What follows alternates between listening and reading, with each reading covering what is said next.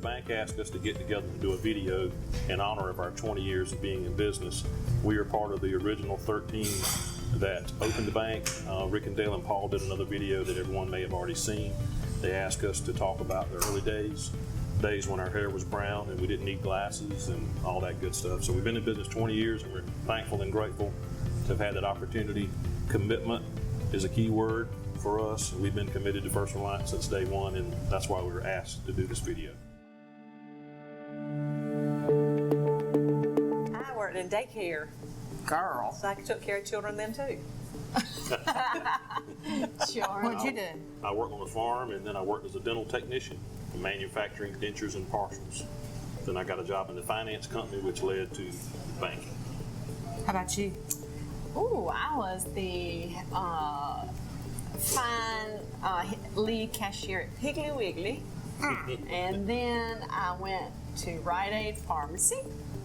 And then I went into banking at NCMB, and that's where it all started. I sold shoes. I got y'all all beat. No. Did any of you think you'd become a banker? Never. I went to school for accounting because my parents made me go to school. I went to work at the bank just because my best friend got a job at the bank, and I needed to do something different other than work every weekend. Because, you know, a girl needs her weekends off. That's right. That's one of the reasons I went into banking, because I knew they weren't open on weekends. 9 to 5, that's right. I actually met Rick Saunders on a hunting trip early one morning before daylight and rode back to Florence with him, and he asked me what you do for a living. I said, work at the finance company. He said, well, we need someone at our bank, and that was back when it was the previous bank. And I sent in a resume, and 6 months later I got hired, and we've been together ever since. So what were you doing then? Working at a finance company. No, what did you do the first time? Collecting. Oh, that's right. You were Snatchback Reuben Hewitt, man. the snatchback man. Yeah, I was the repo man at first. There you go.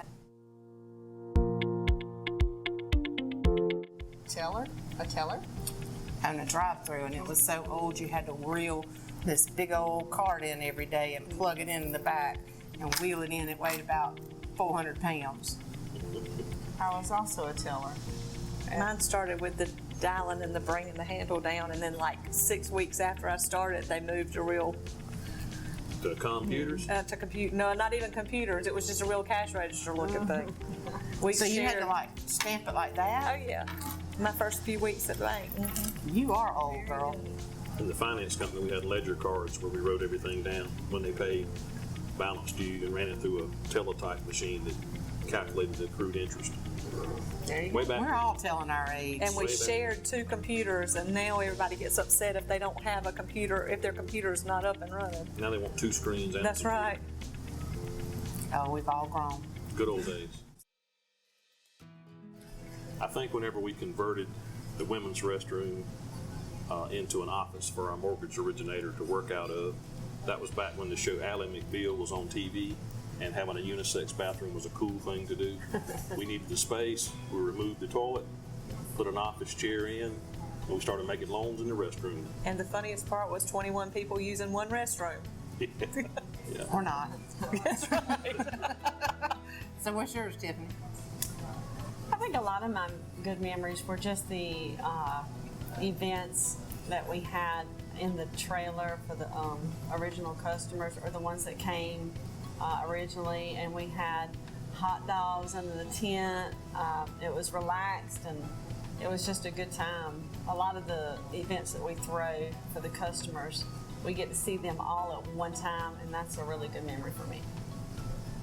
It's pretty neat. You remember when we did the benefit for the investors and we bought shrimp and they were rotten when we got back to the bank?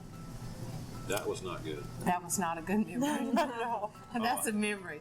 I do remember when we had the groundbreaking, and our motto back then was cheap but not tacky. That We had is. a very strict budget.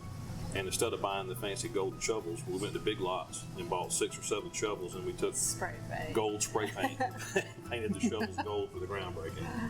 I think mine was the year that my children were young and I wanted them to have baby chicks and ducks.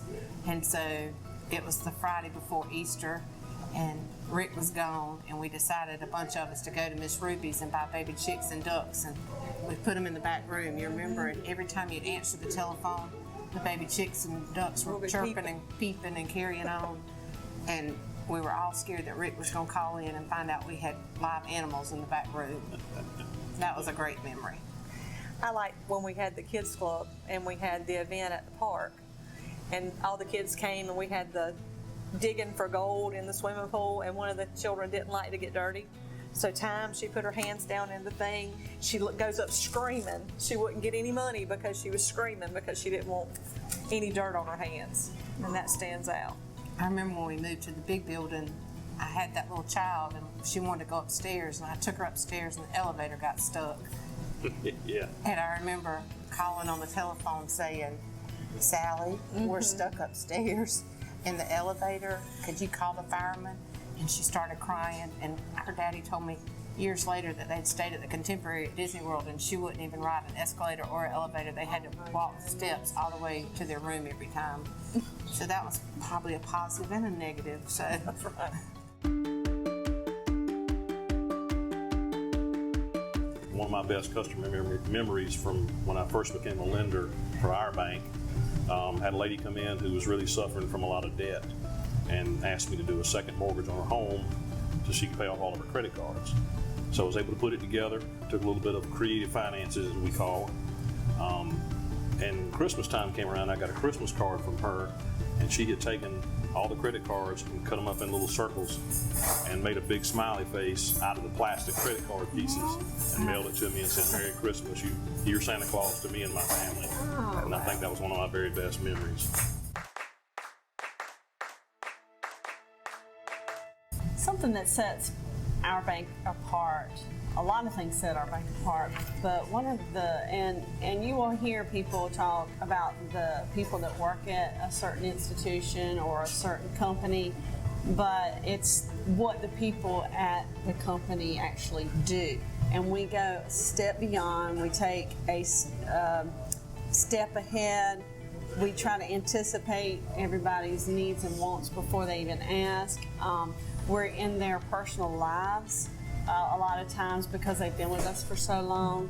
So they are more than just our customers. They're actually, we enjoy them coming in. We get asked about their life, their family, and they feel connected to us in more than just a business environment. They feel like they're our family. And it is maybe cliche, but it's the truth that we are a family, and the customers that we have are our family because they just share that same.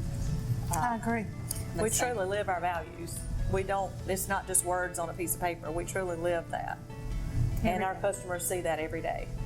I mean, we know what's going on with the customer. We know when they have a situation going on that we need to help with, we do everything that we can to help. So that's got a lot. That says a lot. Yeah, relationship banking is key. We don't have customers, we have friends. We have their family, their coworkers.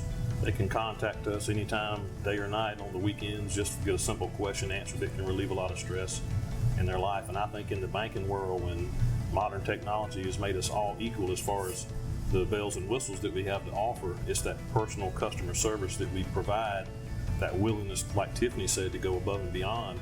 It just comes natural to our associates to do that. And again, not to sound too cliche, it's all about the golden rule. Treat people the way you want to be treated, do unto others if you want to do unto you. And I've always found out if you do right by people, they'll send you more and more business. You'll get as much as you can handle. And that's why I say we've been blessed. We work hard, and our customers bless us every day.